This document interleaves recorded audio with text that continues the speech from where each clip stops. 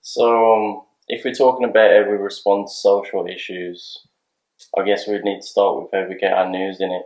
And for me, I usually receive my news through YouTube views, or maybe when other people talk about the news, but I purposefully don't watch it because I know it wouldn't benefit my point of view. Because often the point is skewed and misconstrued through the opinions of people surrounding me and you.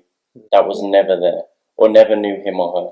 Chris Cammett is another incident which occurred, but I don't have all the facts to pinpoint through the blur. And that's what it is to me, a blur. Even though YouTube is another type of blur, which I must learn to navigate, but I still prefer to listen to audiobooks like The Republic of Plato or Ikigai, to colour in the blanks on my world and confirm my opinion on what may be deliberate on the instances that occur. And just to reiterate, what I said about views on YouTube and the power it has to move actual attitudes of people. Last year, a YouTuber, Nico Amalana, ran for Mayor of London and came fifth in the pool of people that competed, with no qualification, just a low viewership. And I was tuned in amazement and shocked that someone that seems so relatable can actually do this. It just makes me think I'd rather watch that than a news clip. I have a similar outlook to you. So, how I respond to social issues is I often take a step back, assess without being told what to do. Go through my social media, see what it may have invoked them to do. Because I think it's important to be connected rather than be at home and confused. I would say most of my news I receive through Instagram and Twitter. People always tweeting, arguing in the comment sections. But who cares? After what we've gone through over the past few years, I believe I've just become numb, no longer attached to fear. But inequality makes me want to be a beacon of light to people who might suffer or be discriminated against. Action.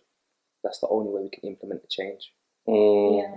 People on Twitter can be so bitter. It's like, if this is how mad black fictional makes you, then what about black reality? Because you are arriving at the imaginary. Can you imagine how angry you must be knowing our existence is factual? If make-believe is undeserving of colour, then how can I believe you think my colour deserves at all? If the mythical can only be fair-skinned, then is it fair to say that racism isn't a myth?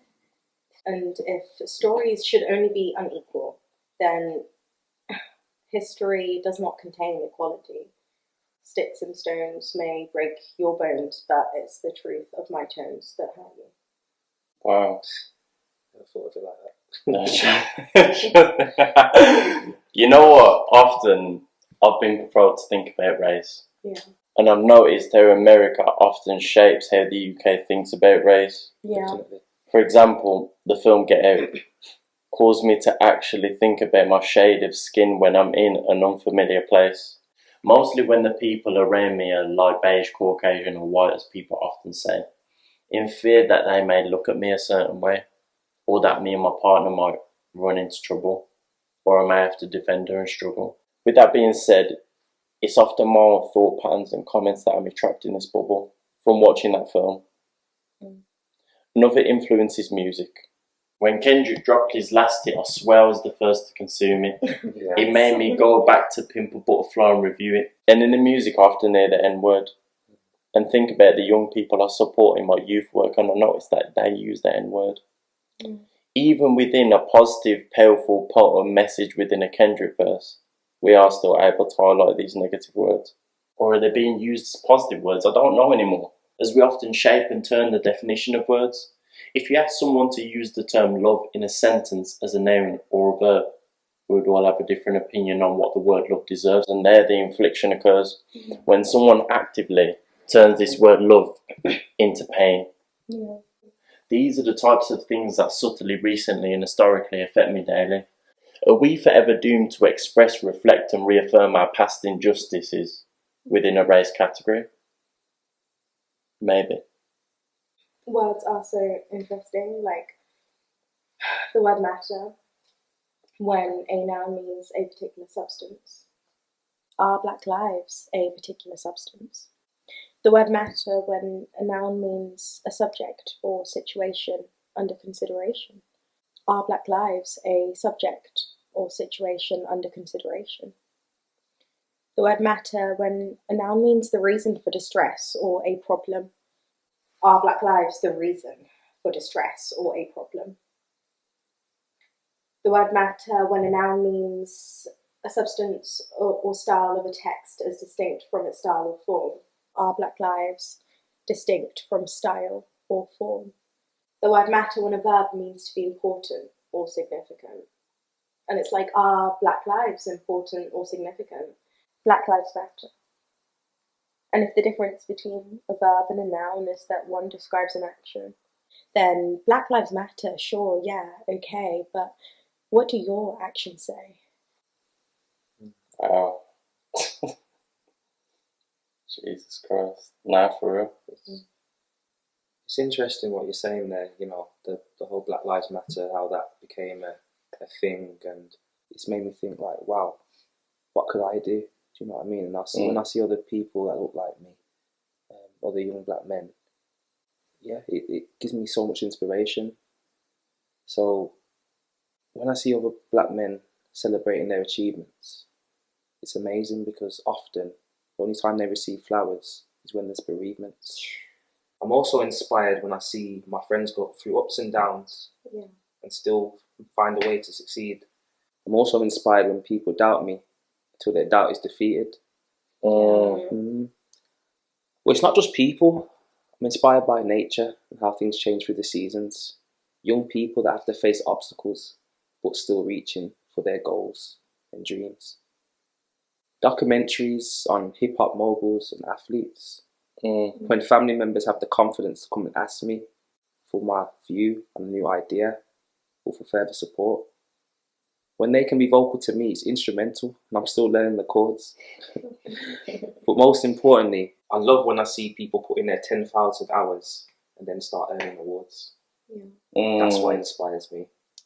No, hey man, you spoke about hip-hop moguls, innit? And it made me you was talking about inspiration, and I was thinking like, what popped into my head is Mos Def once said, "We are hip-hop," meaning we are the people, therefore we decide which way this thing goes. Whether it goes right to the bottom of the below or right to the top of the throne, that's if we decide that there should be a throne or a political system that should be overthrown. So I think that we shouldn't be so passive in this. When the system that we live in is so vast and riddled with misunderstandings of ownership of our own consciousness, converting into common sense. But what is common sense? When the commoners are so divided amongst other commoners, and they only thirst for concerns over squabbling, which I am a part of and yet can't break away from. So I reckon I should listen to more Prince EA and Bob Marley at home, because these are the people that give me hope within the streams of media I choose to involve.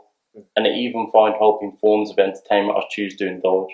Young Philly, Chunks and Harry Pinero, getting paid from putting in the work on YouTube videos, letting me know that there's other avenues for people that look like me than what I was once told. But with that being said, I still don't see much of me in other streams, other than entertainment, so it seems. That may say more about me in terms of my spare time or what relates to me, but then I have to think. And I'm reminded of Stephen Bartlett, dissecting the diary of a CEO's hardship and inspiring what could be for me. This lets me know that it's never as black and white as it seems to be. Yeah. Isn't it funny that you mentioned like to sit in the throne or like to be overthrown? Because in 1963, a king had a dream that one day we would see the human in humanity. But see, the problem with dreams is they start in our heads, and how can I be at rest knowing nightmares begin in the same place? Thoughts of darkness making up our lands. You only welcome black in forms that suit you. And see, the problem with dreams is they're shorter than they feel. Losing sleep, 1 sheep, 2 sheep, 3 sheep fall. Time is precious. We don't get more. Follow a crowd or make it count.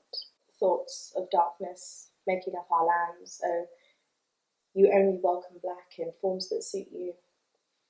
And see, the problem with dreams is you have to wake up to share them. So wake up, wake up, wake up.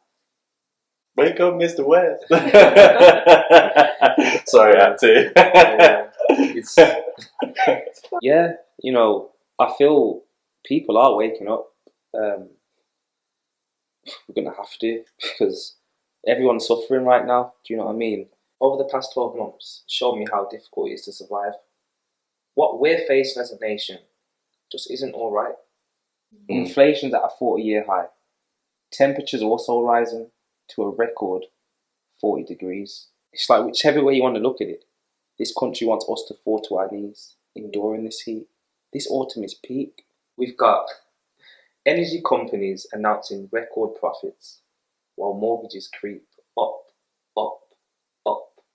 The tide is high, but we're holding on.